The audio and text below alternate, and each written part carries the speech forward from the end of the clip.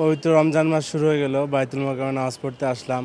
তো এই মাসটা আসলে আমাদের মুমিনের জীবনে একটা আত্মশুদ্ধির মাস। আমরা নিজেদের মধ্যে সমাজ জীবনে, রাষ্ট্রীয় জীবনে, ব্যক্তিগত জীবনে যত বেশি আত্মশুদ্ধির চেষ্টা করব, তবে আমাদের সমাজটা সুন্দর হবে, দুর্নীতিমুক্ত হবে, অনাচার মুক্ত হবে, আমরা একটা সুন্দর সমাজ পাব। এটা এই জন্য মুসলমানদের জন্য এইটা একটা বিরাট একটা সুযোগ, বিরল একটা সুযোগ যে আমরা এক মাস আত্মশুদ্ধির চেষ্টা করব সব ক্ষেত্রে, ব্যক্তি জীবনে, রাষ্ট্রীয় জীবনে, সমাজ জীবনে। তবে আমাদের একটি ইনসাফপূর্ণ সমাজ প্রতিষ্ঠিত হবে। আলহামদুলিল্লাহ, রমজান মাসে আমরা সবাই যাতে সুন্দরভাবে ইবাদত করতে পারি, ওইটাই আমাদের ইচ্ছা। প্রত্যেকটা মানুষ যাতে সুন্দরভাবে ইবাদত করতে পারে।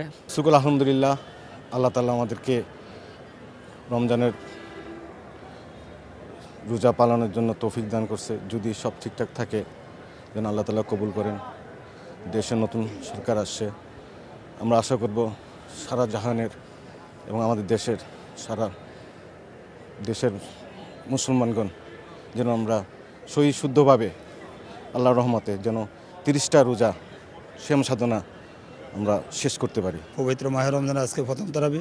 আল্লাহর কাছে দোয়া করি আল্লাহ যেন আমাদেরকে সুষ্ঠুভাবে, সুন্দরভাবে, সহিশুদ্ধভাবে যেন আমরা এই 30টা বা 29টা যাই হোক যেন পালন করতে পারি সবার।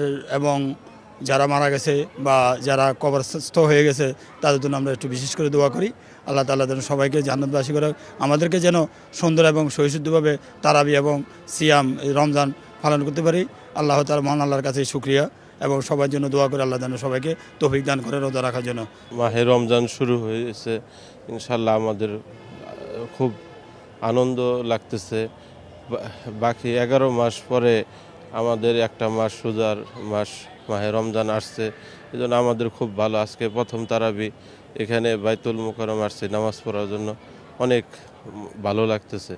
এই জন্য সবাই জন্য এরকম মাহে রমজানে পুরা 30টা রোজা এরকমভাবে রেখে এরকম তারাবি নামাজ পড়া বিভিন্নভাবে আল্লাহর ইবাদত বন্দি করে যেন আল্লাহর নৈকট্য হাসিল করতে পারে।